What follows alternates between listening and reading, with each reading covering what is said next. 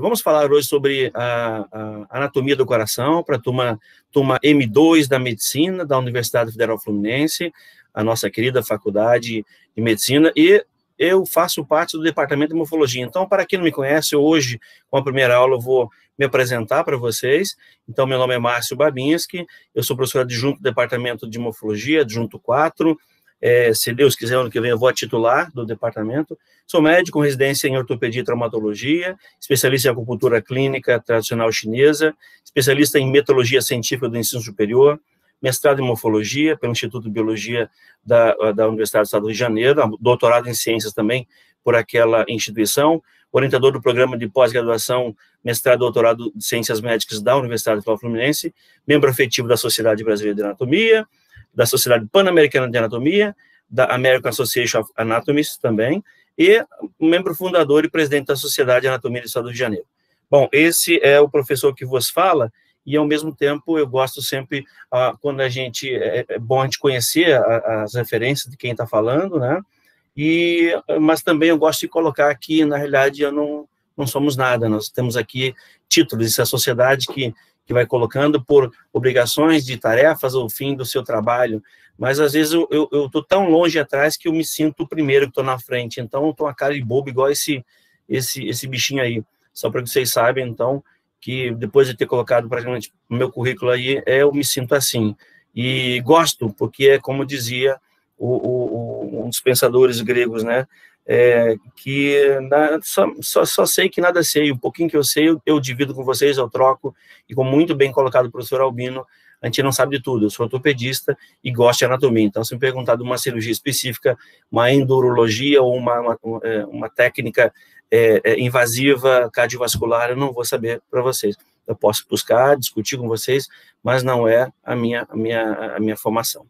Bom, uma das frases clássicas, eu acho que é como você já deve conhecer, mas sempre eu gosto de começar a aula falando disso na primeira aula, então, veja, sem anatomia não existe fisiologia, neurologia e nem medicina. Vejam, gente, sem anatomia, nula medicina, né? Então, sem anatomia não tem como.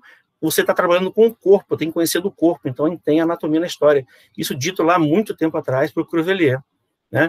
Gostaria de iniciar minha aula homenageando esse gigante professor, que o professor Albino também gosta, até utiliza a imagem dele, o professor Jean-Léo Testi, né, um grande anatomista. Deus criou o homem, Testi o descreveu, isso usou todos os outros, melhorar os desenhos só. Aqui está o seu discípulo, né, o Latager, que foi discípulo do Testi, e aí, por sinal, revisou as suas edições mais tarde, então vocês encontram na literatura livros como Testi e Latager, na realidade são revisões do livro Testi, esse médico francês. Aqui, o Rui Liard, na realidade, veja como uma herança, né, um médico uruguaio que estudou na França e estudou junto com o filho do Michel Latager, do André Latager, esse é o André Latager. E o filho dele, que é o Michel Latager, não tem uma imagem, ele estudou junto com o Rui Liard. Precisa entender que existe um livro na literatura chamado Rui Liard Latager. Então, na realidade, são os livros que o André Latager deixou para o filho segue revisando. Tem uma última edição os que os argentinos fizeram.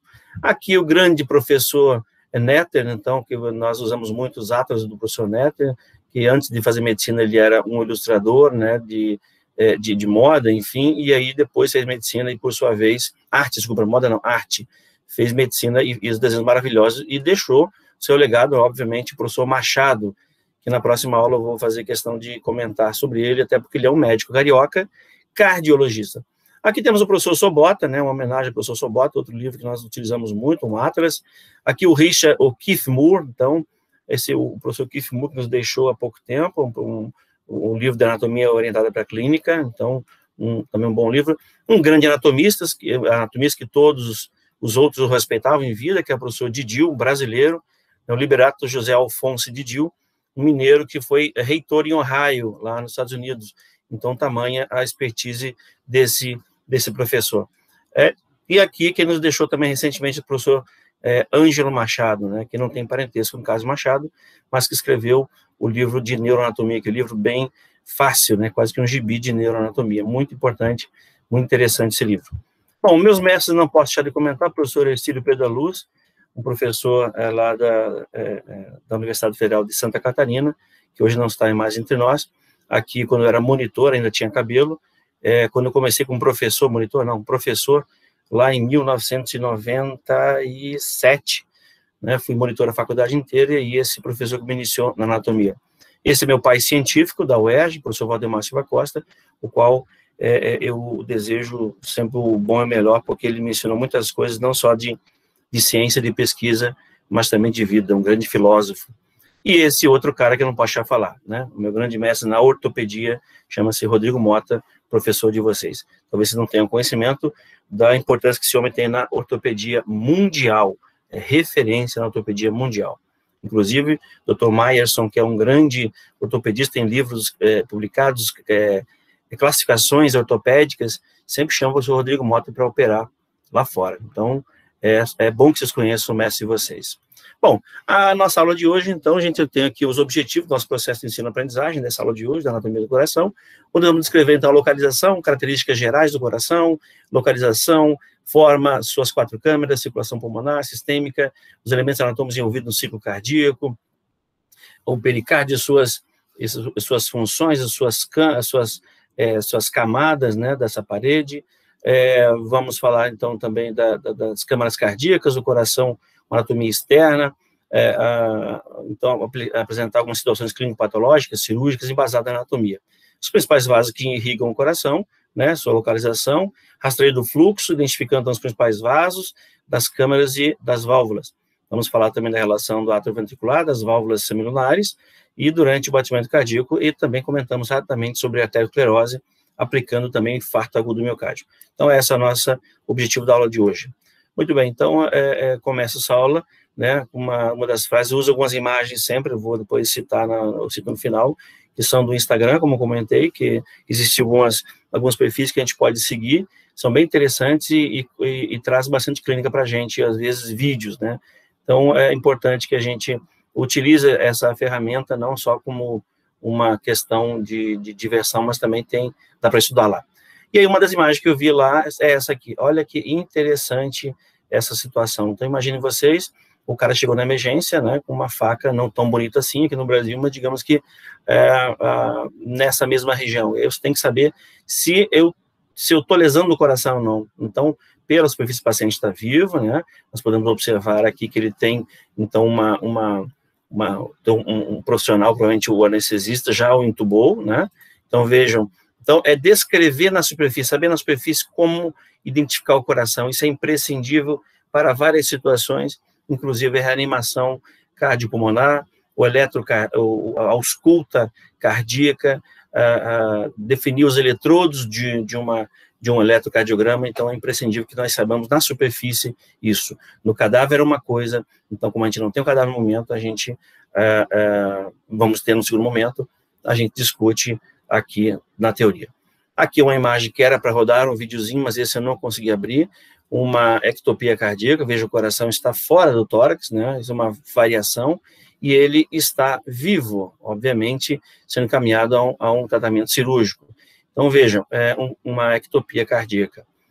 Como é importante na superfície eu entender essas relações de superfície dos vasos na região cervical para com patologias cardíacas, né, então, veja uma congestão aí venosa importante, né, lembrando que aqui, na realidade, não são vasos, são pregas da pele, mas aqui são 2 grandes jugulares, e uma grande rede venosa superficial aqui congesta, porque não está conseguindo entrar direito no átrio direito do coração, que por sua vez o ventrículo direito está sofrendo para emitir esse sangue para o pulmão. Então, isso é importante da anatomia, é correlacionar com uma prática clínica, e na superfície, é assim que vai chegar o paciente para vocês. Não vai chegar um paciente dissecado, né? Então, a gente fala de anatomia aqui, mas voltando com essa aplicabilidade.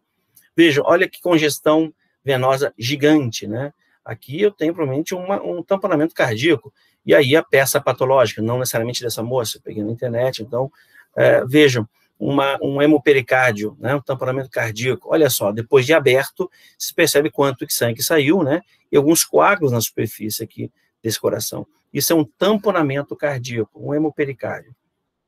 Ok? Bom, e aqui uma imagem mostrando que às vezes nós podemos resolver isso na superfície, então veja como é importante conhecer a superfície. Olha o nível do processo tifoide ali, e a angulação da agulha, eu chego até o pericárdio. Obviamente, hoje nós temos aí ultrassom de beira de leito que vai te guiar isso, né?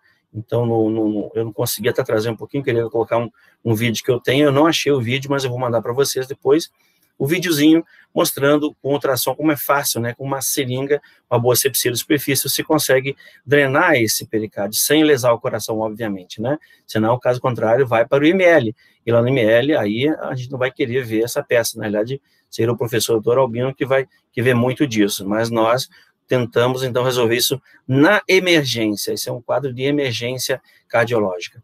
Algumas peças patológicas, mostrando para vocês lesões, né? E nesse caso que eu estou chamando a atenção, vocês percebem a quantidade de gordura nesse pericárdio, aqui nessa região, aqui nem tanto, mas vocês observam alguns pontos aqui de coloração diferenciada, né? Então, que vai ser discutido depois, o professor Albino vai trazer alguns casos, vamos utilizar essas imagens para nossos casos clínicos com vocês. Olha essa lesãozinha aqui, essa lesão está muito certinha, né? O coração não explodiu, na realidade, sofreu uma perfuração por arma de fogo, né? Então, por isso a peça está aqui, provavelmente foi um patologista, né? Um médico que fez essa foto. Então, também, nós utilizamos aí como da internet imagens para contribuir com a aula de vocês. Então, aqui eu tenho uma perfuração por arma de fogo, né, depende da angulação. E no IML, geralmente, quando tem essa seta, a gente coloca um arame, um ferrinho, né, específico que atravessa, ele percorre o trajeto da bala para saber a entrada e a saída, e, obviamente, depois é aberto o coração para verificar qual é a lesão. Nesse caso, então, é o ventrículo direito, importantíssimo esse coração. Com certeza ocorreu o que, gente? Ele ocorreu o que nós vimos na imagem anterior aqui. Nós tivemos isso aqui, um hemopericárdio, né? E esse paciente, obviamente, com essa lesão, a morte iminente, muito rápido. Algumas situações também que pode se encontrar na patologia, o professor Albino vai contribuir depois com vocês. Cisticercose, olha como ocorre, parecem várias vesículas de herpes, né, aí no pericárdio. Então, cisticerco, isso é muito comum em animal, né? Em cão, se eu não me engano, é muito comum, e se eu não me engano, aqui no Niterói, a região de zoonose é muito rica, muito grande na identificação e, sobretudo, na prevalência dessa patologia em animais, né? Mas em humano também pode ocorrer, tá? Vejam como é importante, então, essa relação de imagem, hoje que a gente vai falar. Eu gostaria que vocês pudessem me interromper se estiver falando muito rápido, se não estiver entendendo. Nós temos uma aula muito grande e eu preciso adiantar isso. Vocês podem interromper com áudio. Vamos lá, então aqui uma imagem, uma tomografia contrastada, mostrando a relação do coração com os grandes vasos, como é importante. Então, essa proximidade do coração, vejo, com o encéfalo. Vejo, então, a pressão de bomba cardíaca exercida muito grande, muito em sentido retilíneo, que é a forma desses vasos carótidas comum, direita e esquerda, e por sua vez e quando elas se bifurcam, por exemplo, aqui nessa região, é uma região de impacto muito grande, né? E aí eu tenho uma terminação nervosa, né? Que é, na realidade, uma estrutura que percebe, com células que percebem, então, a PO2 e a PCO2, né? Então, eu tenho o glomus carótico aí, uma estrutura na região cervical, importante para perceber o PCO2 e a PO2, né? Assim como no arco, o arco da aorta tem alguns baroreceptores, né? Receptores de pressão, aqui são receptores químicos, mas é nessa região que é muito comum também, pelo fato de ser uma área de impacto, de acumular, então, em pacientes com hiperlipidemia, acumular placas de ateroma nessa região. Então, por isso, é muito comum que nós possamos solicitar de alguns pacientes, né? Geralmente o cardiologista faz isso, mas o clínico também, o Doppler de carótidas, para verificar se elas estão pérvias, ou se às vezes um fluxo pode estar diminuindo, inclusive, aqui a irrigação cerebral. Bom, então o coração, gente, é isso aí, é um órgão tetracavitário, né? Tem 2 átrios, 2 ventrículos, e 2 extensões dos átrios, que são as aurículas. Notem, então, que essa imagem, na realidade, é uma imagem patológica, então também temos que ter essa noção da patologia. Isso, a base dessa patologia, dessa malformação, ela é embriológica. Vejo, é um forame que existe aí interventricular. Geralmente, então, na embriologia, vocês devem estar vendo já com o professor, que eu tenho um forame primum, um forame secundum, e tenho também lá um forame oval, ou o forame de Botalo, né? Então, nós vamos falar bastante aqui de epônimos, apesar que a Sociedade Brasileira de Anatomia não concorde. Eu gosto de falar o nome normal da estrutura e depois eu tenho que citar o epônimo, porque na medicina não tem como, a gente vai ter que se acostumar com vários epônimos, né?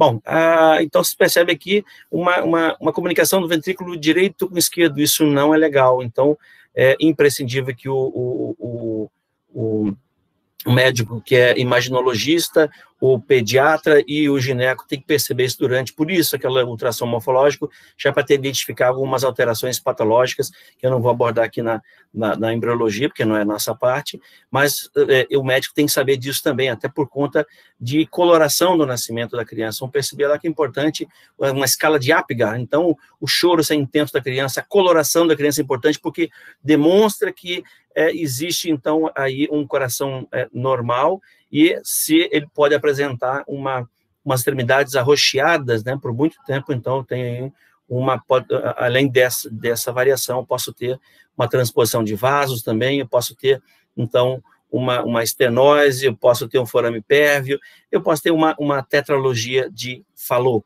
escreve Fallot, temudo, então vocês vão ver em embriologia isso. E é importante conhecer as variações anatômicas por isso, gente, porque na cirurgia, ou seja, numa emergência, né, abrir um tórax, se você não conhecer anatomia, você não sabe como abordar, e aí é o que acontece, é uma surpresinha, né?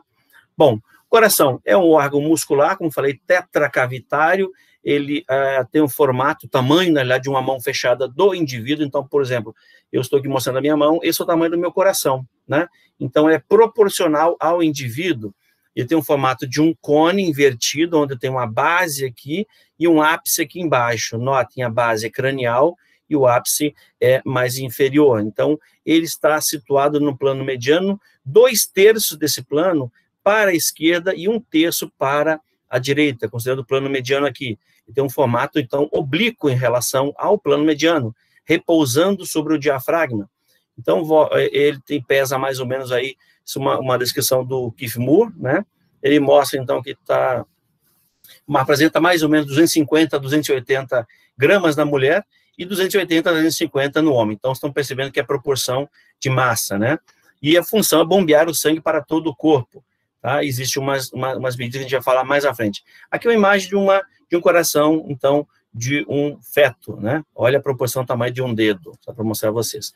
Esse ciclo cardíaco a gente vai abordar mais à frente, então, mostrando a relação das estruturas, né, que envolvem o ciclo cardíaco. Isso é abordado em fisiologia, mas eu quero que vocês entendam bastante a questão do ciclo cardíaco. Então, desde os átrios, né, que trabalham simultaneamente aí com a sístole atrial, nós podemos observar nessa imagem aqui, e depois nós temos aqui o fechamento dessas válvulas, né, então o término da sístole atrial, com o fechamento, e aí uma diástole atrial. Percebam que ele encheu esse coração, esse ventrículo, o ventrículo, então, ele está distendido, lá ocorre, então, um disparo de terminação nervosa pelas fibras de Purkinje, a gente vai abordar mais à frente, e aí eu tenho esse ventrículo direito e esquerdo simultaneamente também se contraindo, lembrando que o esquerdo pela aorta, né, e o direito para o tronco pulmonar, para o coração. Então, nesse momento aqui, eu já tenho agora uma sístole ventricular. Antes era uma sístole ventricular fase 1, aqui a segunda fase, e então, que é o esvaziamento desses ventrículos, ok? Então, a gente vai abordar isso com mais clareza na fisiologia, mas aqui a gente vai citar mais à frente. Essa imagem é bem interessante para demonstrar, então, que o coração é protegido pelo gradil costal. Ele está dentro desse tórax aqui, e vejam, ele está logo atrás do externo, considerando o externo com plano mediano, então vejam que ele apresenta 1/3 da sua massa para a direita e 2/3 da sua massa cardíaca para a esquerda, né? Então, seus grandes vasos aqui estão a mais ou menos meia polegada, né, da terceira cartilagem costal, né, os vasos grandes, os vasos da base são os grandes vasos, né, então ele está mais ou menos aí a meia polegada, uma polegada, lembrando que é 2,5 cm, né, então eu tenho aí 1,2 mais ou menos a distância, e é exatamente onde a gente utiliza como foco de ausculta cardíaca. Então, lembrando a terceira cartilagem costal, isso a base do coração. Então, a base do coração está aqui, eu falei que era um cone, a base está aqui e o ápice está aqui embaixo. Então, a base em relação com a terceira cartilagem costal, e o ápice está voltado, então, inferiormente, né, e com essa ponta aí na linha hemiclavicular. Então, se eu traçar uma linha imaginária aqui, linha hemiclavicular é o ponto esse ápice, nós chamamos de ictus cordis. Então, aí mais ou menos 5 polegadas, né, eu tenho aqui dessa base, a distância do ápice, então, eu tenho aqui a base, aqui o ápice, eu tenho mais ou menos, então, 5 polegadas de distância, né, se eu traçar uma linha no eixo do coração, e 3 polegadas, então, aqui do processo esquerda, da quinta cartilagem costal. Então, voltando, gente, tem uma base e um ápice, a base voltada cranialmente, superiormente, né, e mantém, então, uma relação com a terceira cartilagem costal, e vejam que o ápice, então, é na quinta espaço intercostal. Se a gente resumir, a gente pode dizer o seguinte: o coração se encontra da terceira à sexta costela e do segundo ao quinto espaço intercostal. Então, da segunda ao quinto espaço intercostal ou da terceira à sexta costela. São duas formas de identificar. Então, lembrando, sempre é importante, essa cartilagem costal, na realidade, né? Porque a gente vai palpar essa cartilagem, ela é palpável, isso é importante até para você identificar onde tem que colocar a mão para reanimar um indivíduo. Não é simplesmente pôr a mão no tórax, eu tenho que entrar em torno ali da terceira à sexta costela, né?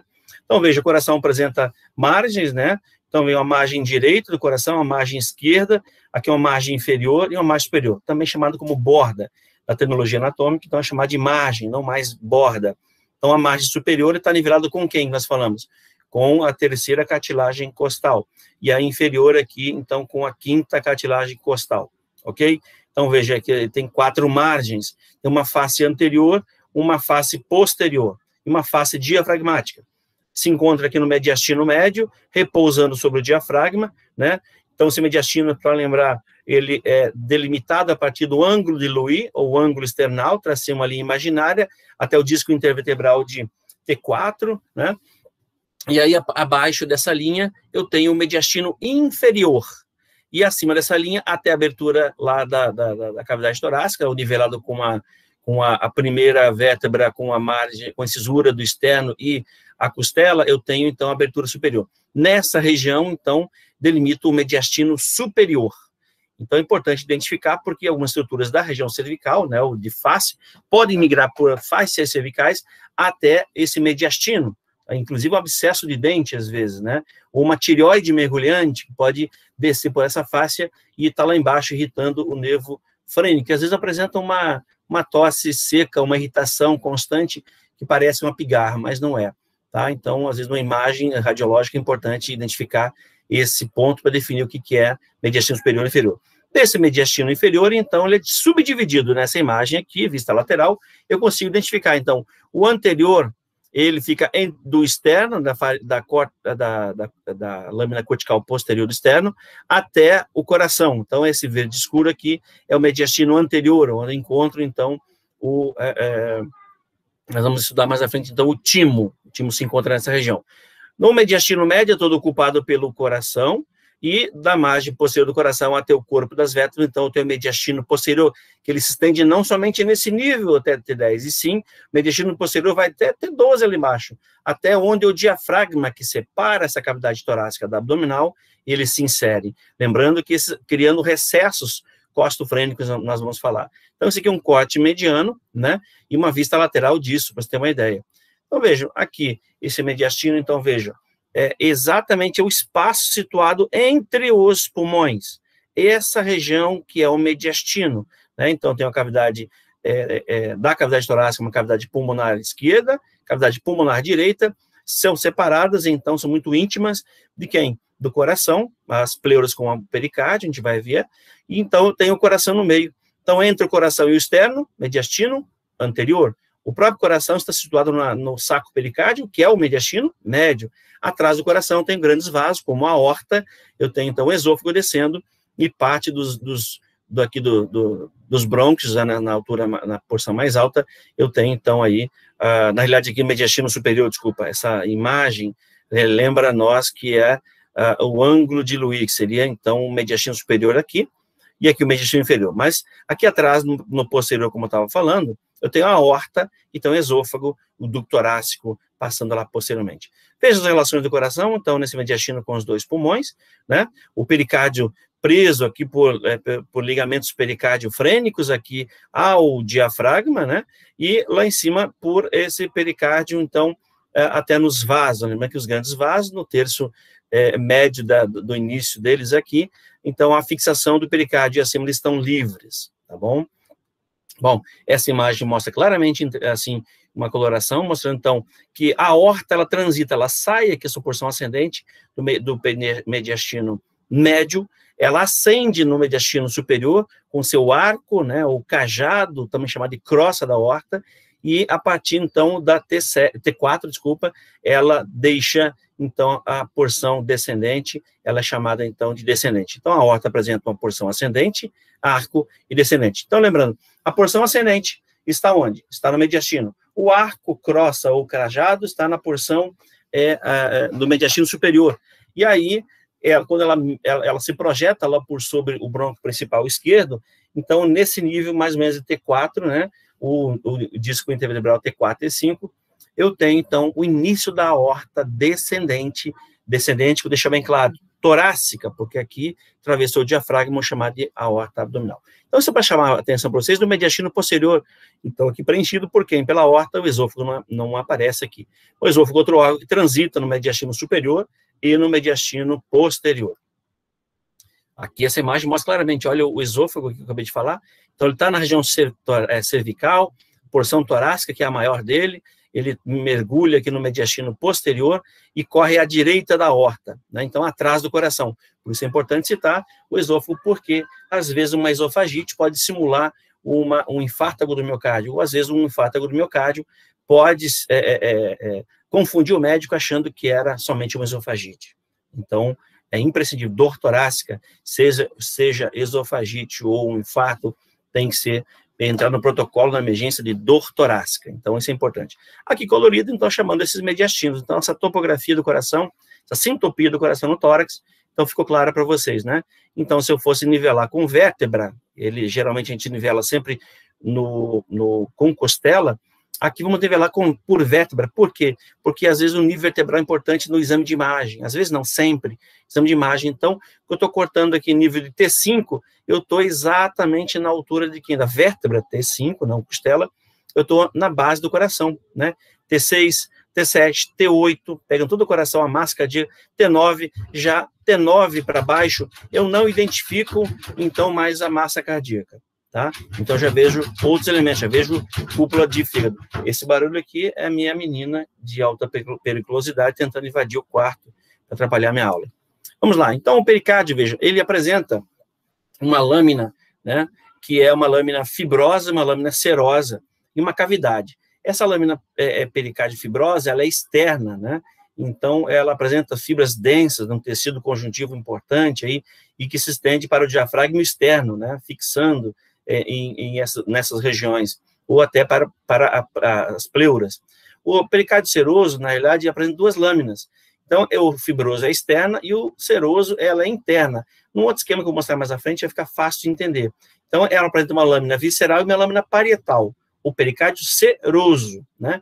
Então, e entre essa lâmina visceral e parietal do seroso, eu vou encontrar uma cavidade, que é a cavidade pericárdica, que contém mais ou menos de 15 a 50 ml, variando bastante, né, de um fluido produzido, então, pela membrana serosa, para lubrificar as duas lâminas e favorecer o deslizamento do coração nas suas batidas, que faz um movimento de, como fosse rotação. Muito bem, aqui, então, esse pericárdio a gente consegue visualizar melhor.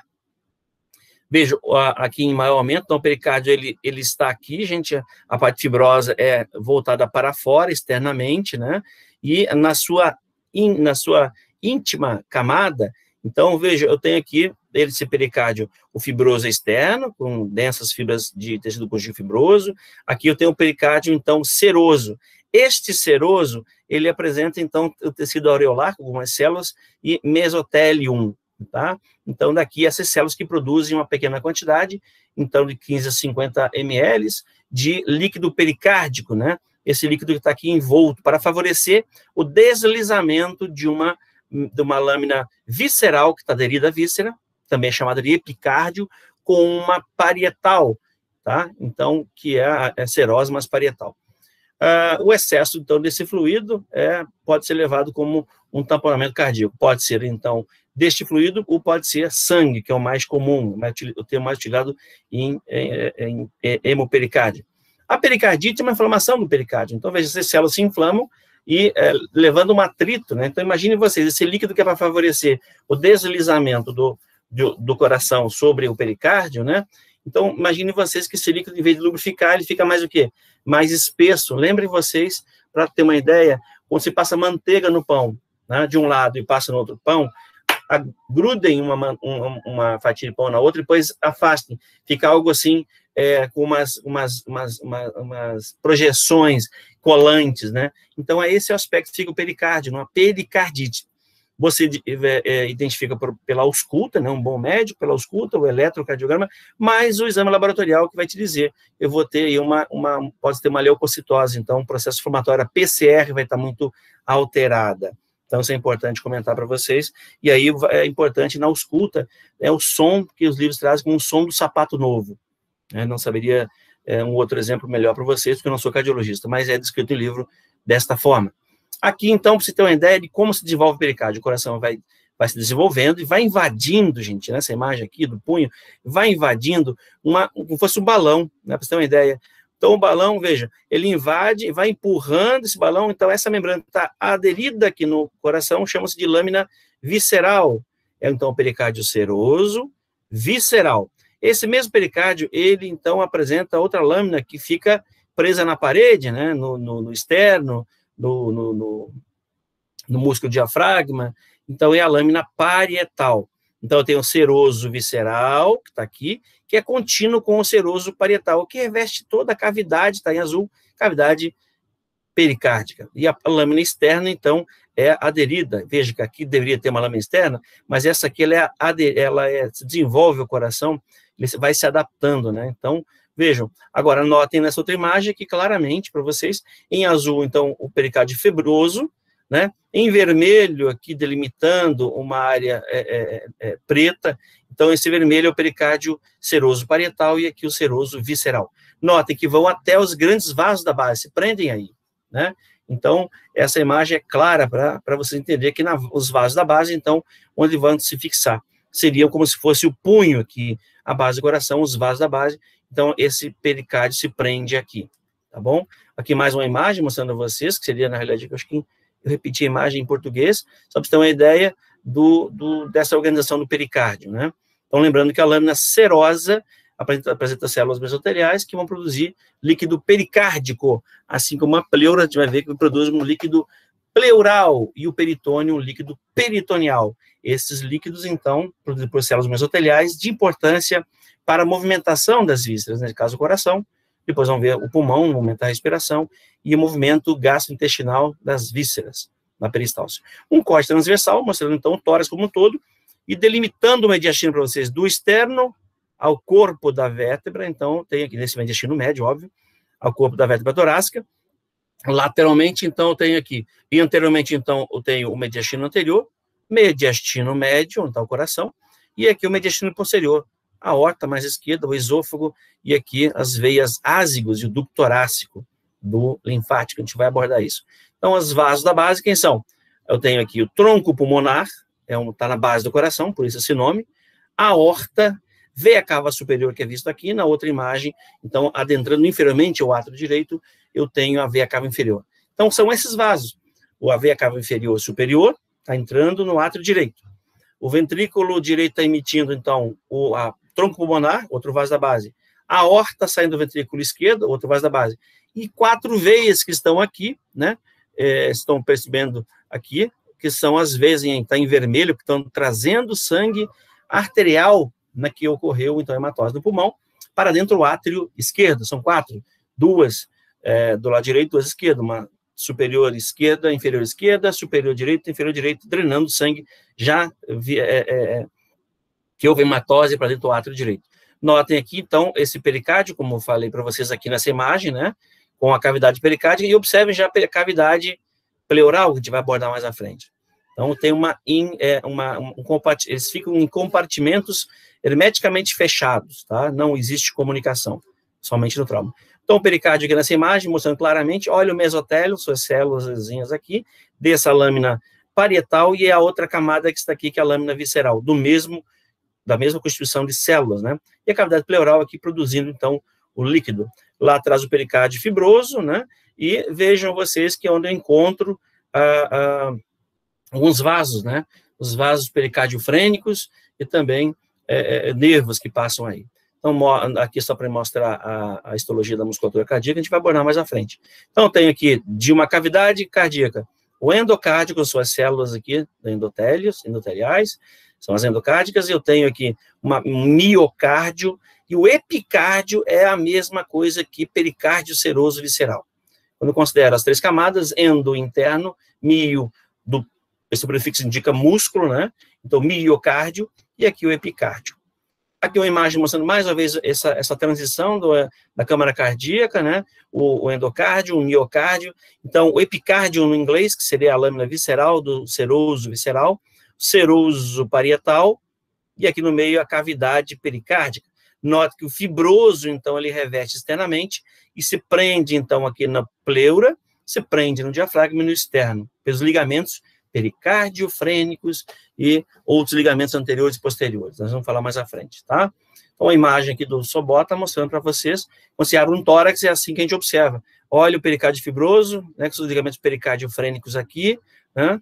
Então, e por sobre ele, que estaria numa parte, uma camada mais anterior, o nosso timo, que seria o mediastino anterior. Nessa imagem aqui, na realidade é um vídeo que eu vou mostrar para vocês, notem interessante, então aqui uma toractomia, né, tórax aberto, prestem atenção, por favor, no vídeo, vamos ver se vai abrir, alô? Será que porque é na internet? Mas ele deveria abrir, gente, rodar, deixa eu ver o outro, não está abrindo, poxa vida.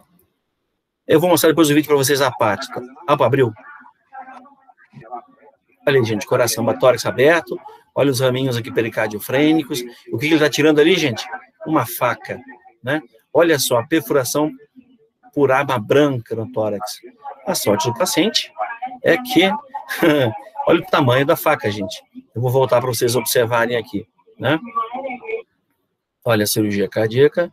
Então, acho que vai voltar depois, que demora um pouquinho, entendi agora, porque está transmitindo online, né? Então, veja um vídeo, ele é um pouco lento. Aquela imagem mostrando, então, a perfuração, né? E, obviamente, o médico sabia da anatomia, se amparou, então, de imagens, exame de imagens, para poder levar ao centro cirúrgico e tirar com aquela calma para não lesar nada.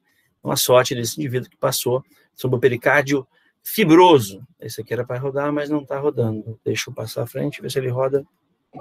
Opa, abriu. Olha aí, gente. Tórax aberto, paciente vivo, coração batendo, olha os pulmões se enchendo, como a coloração no pulmão, ela é rica, né? Ela é bem clarinha. Então, aqui numa imagem, na radiografia, é importante conhecer essas margens do coração. Olha a margem direita, né? A margem esquerda, a margem inferior, e a superior transitando aqui. Isso é importante para entender a silhueta cardíaca na radiografia de tórax, para ver se está muito aumentado isso.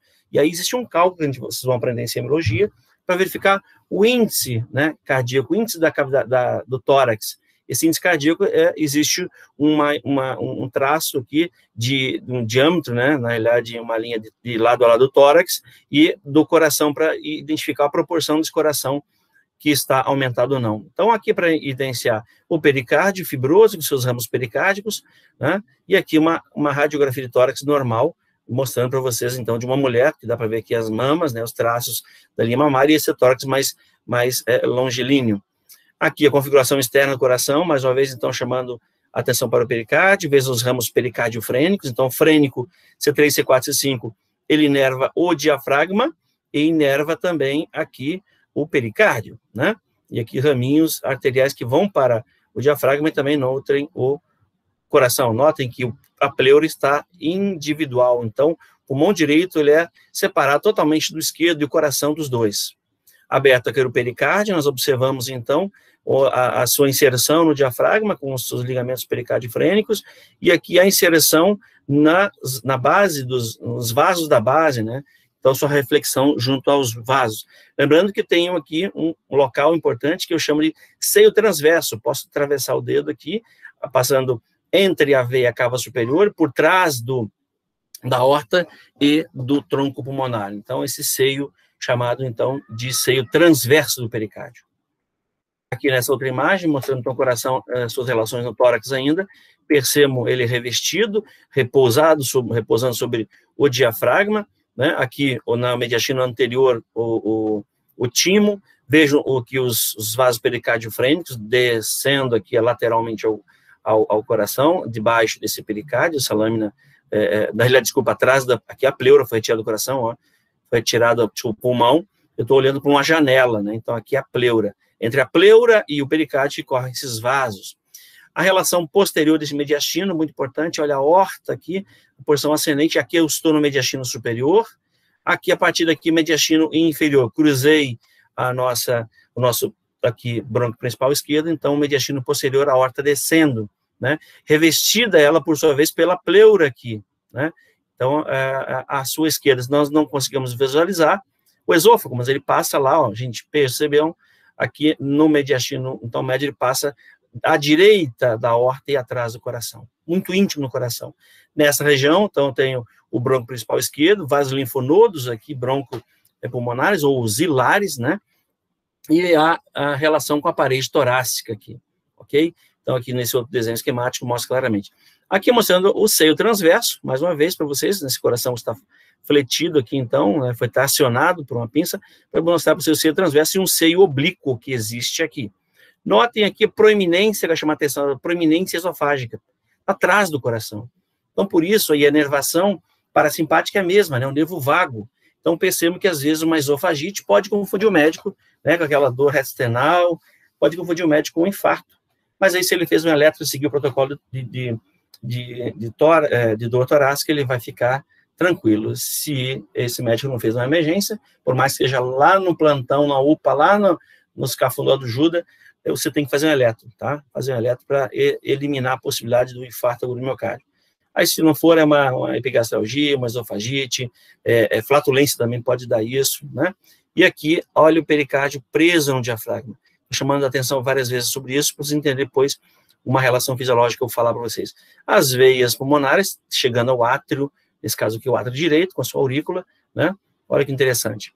Dessa imagem vista anterior, então, retirado o coração, para ver, vocês analisarem os vasos da base, que adentram a base do coração.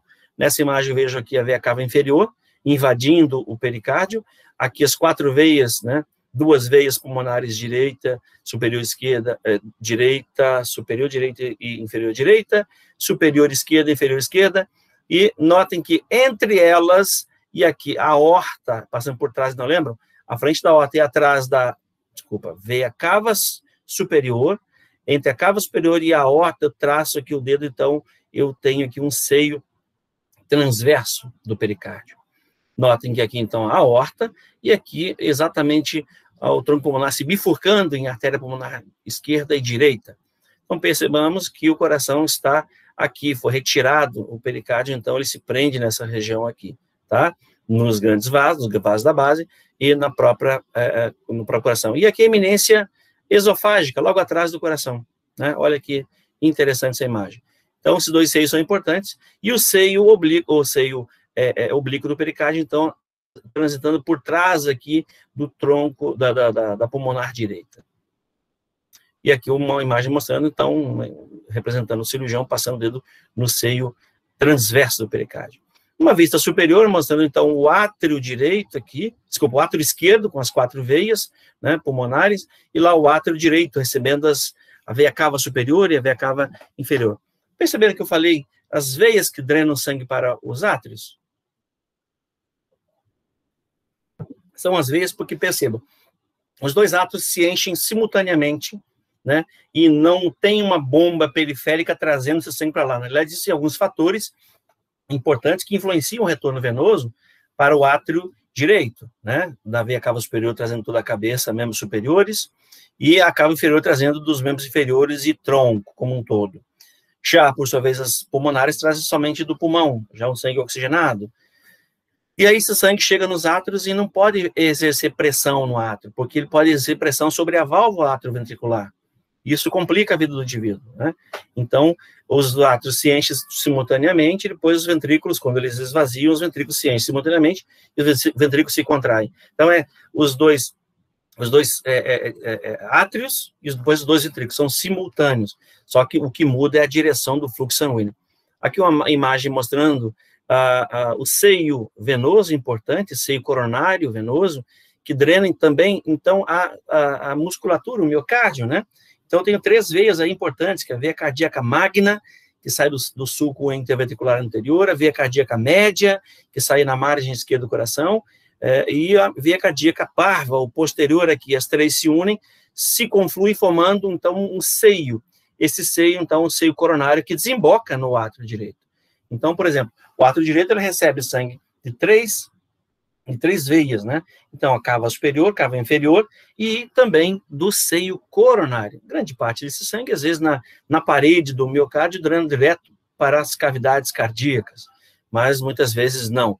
Então, como é importante isso para vocês aqui, e eu chamo a atenção de uma veia muito pequenininha, oblíqua aqui, veia oblíqua de Marshall. Essa veia é importante, vamos falar mais à frente, ok? Então, a delimitação desse tórax aqui na superfície, veja, eu tenho o coração, ele está, é só achar o ângulo de Louis, algumas pessoas têm uma angulação bem importante, bem definida, aqui entre o corpo do externo, né, e o manúbrio, e aí eu traço a partir da palpação, eu consigo identificar com o dedo lateralmente, eu estou nivelado com a segunda cartilagem costal. Se eu estou com a segunda cartilagem costal, portanto, acima eu tenho o primeiro espaço intercostal. Então, abaixo aqui, eu vou ter o segundo espaço intercostal, aqui é o primeiro, aqui é o segundo espaço intercostal. Então, o segundo espaço intercostal, ele é abaixo da segunda costela. O terceiro espaço intercostal é abaixo da terceira, gravem assim, fica fácil. E aí, o importante para nós é que aqui, a margem direita do externo, de cada lado, e no segundo espaço intercostal, de cada lado, eu vou auscultar, ok? Grandes vasos, tá? Então, eu vou ter a aorta e a pulmonar. Lá embaixo, no quinto espaço, então, se esse aqui é a segunda, terceira, quarta, quinta, então, eu vou ter exatamente aqui na altura do quinto espaço intercostal, eu vou ter, será audível a bulha cardíaca, né, do som estetocardíaco, aí da válvula atrioventricular direita. E agora, aqui, por sua vez, nesse quinto espaço, somente na linha hemiclavicular esquerda, eu vou encontrar aqui, então, o ponto de melhor ausculta da ponta do coração, seria, na realidade, a válvula mitral, né, aqui uma imagem mostrando essas relações, como o ângulo de Louis também serve para definir. Vejo o coração, a aorta aqui, os grandes vasos. Então, imagina um trauma exatamente nessa região aqui, um trauma grande no tórax. Pega grandes vasos aqui e é bem difícil de recuperar, né, de se conseguir reverter. Já falamos dessas margens do coração, essa delimitação marginal. Aqui na superfície, então, percebam, o local onde eu encontro, né, olha só. Então, aqui eu tenho uma válvula atrioventricular, tá? Ela situada anatomicamente. Segundo espaço intercostal, a margem direita do externo. Então, atrás do externo aqui eu tenho a válvula atrioventricular direita. E lá eu tenho a válvula atrioventricular esquerda. E aqui, por sua vez, aqui a válvula atrioventricular, atrioventricular esquerda, né? E veja como muda o sentido do foco. Deixa eu passar uma próxima imagem, fica mais claro aqui. Eu volto lá. Veja, então, aqui, o segundo espaço intercostal tem uma área, foco de ausculto aórtico. No outro lado, né, do lado da margem external, então, no segundo espaço intercostal, a área pulmonar. Então, aqui o foco aórtico, foco pulmonar. Notem aqui que essa imagem, ela não está bem clara. A maioria dos livros traz que o foco da tricúspide, ela fica atrás do externo, um pouquinho na margem direita dele, no quinto espaço intercostal. Já o atrioventricular, aqui seria a direita, essa esquerda, ou mitral, né? Então, a tricúspide aqui e a mitral aqui. Essas regiões, percebam, em verde e vermelho. Verde é o local anatômico onde se encontra a válvula. E tanto as atrioventriculares aqui, quanto as semilunares. Agora, percebam que em vermelho é o local que nós conseguimos melhor ouvir. Então, as áreas de auscultas pré-cordiais são bem melhores ouvidas. Por quê? Vejam, porque a aorta aqui, o sangue sai do ventrículo esquerdo aqui e se contrai. O sangue é ejetado nessa direção, nesse ângulo, como se fosse uma flecha atirada para cá. Então, ele bate nessa parede da aorta aqui, né, e que eu ouço melhor essa válvula aórtica aqui, ó, ela está aqui, eu vou ouvir melhor aqui em cima. a válvula pulmonar, o ventrículo direito está aqui, o direcionamento de sangue vem para cá. Então, a válvula está aqui e vai ser ouvida melhor lá no segundo espaço intercostal à direita, porque é onde essa válvula se bifurca, né, esse tronco pulmonar. E assim por diante. Então, veja, a tricúspide, né, então, está aqui, distante do seu local, e olha onde se encontra a mitral. Então, a mitral está aqui, o sangue chega, quando ela se fecha, ouve melhor aqui no quinto espaço intercostal. Veja que interessante, então, isso é biofísica, vocês vão aprender em biofísica. Quero voltar àquela imagem anterior para mostrar, então, essa relação para vocês. Eu estou auscultando aqui a mitral na linha mamária, praticamente, né? Às vezes, mulheres com mama grande, então, eu preciso sempre, logicamente, que no exame físico, conquistar os espaços com o paciente, né? O direito de examiná-lo, com todo respeito, e quando mulher, então, você vai exatamente, encontra o local, palpa, e às vezes fica debaixo da mama. Se o paciente estiver sentado, se estiver deitado, a mama, ela muda de posição, favorece. Então, veja, aqui estou vendo a mitral, aqui estou vendo a aórtica, aqui estou vendo a ausculta da pulmonar, aqui da tricúspide. E o direcionamento, o que coincide mais próximo seria a tricúspide, as outras todas estão, então, distantes, tá bom? Aqui uma imagem, mais uma vez, chama a atenção desses focos de ausculta, né? E os vasos da base, nós já falamos, no aspecto anterior eu consigo identificar 3 aí, o tronco pulmonar, a aorta na porção ascendente, né? E consigo visualizar a cava superior. No aspecto posterior, eu consigo identificar, então, a cava inferior, que eu não via antes, continuo vendo a cava superior, que está à frente do tronco pulmonar, que dividiu já em pulmonares. Aí você me pergunta, artéria pulmonar direita e esquerda são vasos da base? Não. São os vasos que têm íntimo contato com o coração. Então, é o tronco pulmonar que sai lá do ventrículo direito, é vaso da base. Quando esse bifurcou, são ramos do tronco. A aorta é vaso da base. Tá? Então, essa é uma vista posterior. Aqui uma imagem radiológica para ver como é fácil identificar as estruturas cardíacas.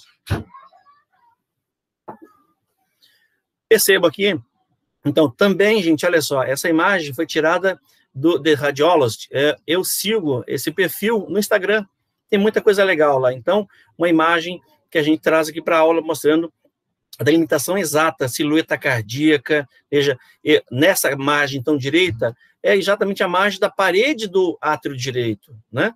Olha aqui do ventrículo esquerdo, né?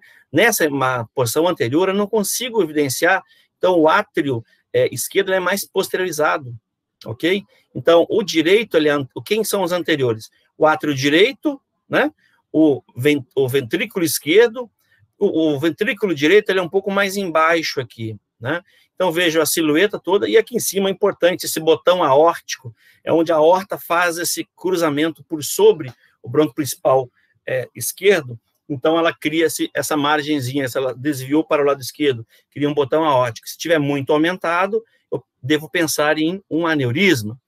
Olhem aqui a coluna de ar que existe na traqueia, que é apagada aqui por quem? Pela aorta, porque ela cruza aqui por sobre. Então, isso aqui é uma coluna de ar, que eu devo observar se tem desvio ou não.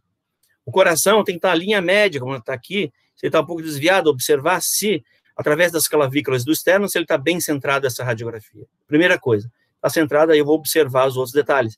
E aqui são os vasos que saem desse tórax, olha a cúpula direita e esquerda do diafragma, tá? Aqui atrás, dá para ver com um pouco de cuidado, né? O trajeto da coluna aqui esbranquiçado e também da aorta. Essa outra imagem mostrando somente as costelas. Nós vamos ter aula disso, obviamente, em semiologia, mas notem que o cruzamento das costelas aqui pode confundir. Você vê no ângulo aqui e vê no ângulo lá. Aquelas são bem delimitadas, são mais posteriores. Por quê, gente? Porque o feixe é PA, póstero anterior, então elas aparecem primeiro. E aí, aqui, é impresso como se elas estivessem atrás aqui para a gente, como se deve, né? E aí eu consigo visualizar a costela aqui, os ramos anteriores, em outro ângulo. Então, essa imagem é bem interessante. E mostrando mais uma vez aqui a silhueta cardíaca, né? E aqui os vasos, não só da base, como o hilo pulmonar, onde vários vasos, tanto daqui do coração, entrando ou saindo, e brônquio entram aqui, ok? Aqui uma imagem hoje mais apurada. Vocês provavelmente vão trabalhar com essa medicina. Mas essa medicina de imagem, nada vai adiantar se você não ter o conhecimento básico, né? De, por exemplo, uma tomografia, uma ressonância, essa aqui é com reconstrução, você não saber o nível vertebral do órgão. Tem que saber o nível vertebral do órgão, do vaso, enfim. E aí, isso aqui é só um 3D para você, sobretudo em cirurgiões, né? Isso é importante porque a gente no caso cirurgião cardíaco, ele vai programar uma cirurgia, igual na ortopedia, vou programar uma cirurgia. Para mim, aqui em ortopédico, eu digo que esse paciente ele tem já uma alteração degenerativa da coluna vertebral. Consigo visualizar que os osteófitos, os sindesmófitos, espaço intervertebral diminuído, é a minha área de interesse do cardiologista. Então, essa é a área de interesse. Olha aqui que interessante. O ventrículo, nessa imagem cortou, mostrando o ventrículo direito, né, preenchido, o tronco pulmonar. Olha aqui, mostrando o lado esquerdo já, as artérias pulmonares, ramos da pulmonar esquerda. Olha que interessante essa imagem. Então, isso aqui, naquele site que foi para vocês, ficar rodando. É muito interessante. É essa anatomia que vocês vão acostumar. Mas, enquanto ainda tiverem como estudantes clínicos e médicos de saúde coletiva ou de UPA, é a radiografia que nós temos na mão para poder ter noção do que a gente quer estudar. Então, veja aí. Aqui, já que vamos treinar, então, o que seria isso aqui, gente? Essa setinha. Se fosse aqui uma atividade que a gente pudesse conversar, vocês fossem perguntando, né, atividade presencial, é mais fácil. O que seria essa outra estrutura? São estruturas fáceis. O que é isso aqui? O que é isso? Então, aqui, eu tiro, vocês observar, olha o arco da aorta, aquele botão aórtico. Aqui, um tronco pulmonar, né? Então, veja, nessa outra imagem, olha se o átrio direito, eu consigo visualizar aqui na parede do átrio direito, consigo visualizar na radiografia, então, o ventrículo esquerdo, já o átrio esquerdo e o ventrículo direito, não. Nessa imagem em perfil, já fica mais fácil. Olha o ventrículo direito, né? E aqui o átrio esquerdo. Então, perceba que o ventrículo direito e o átrio esquerdo a gente examina em perfil. No AP, eu só consigo visualizar o átrio direito e o ventrículo esquerdo.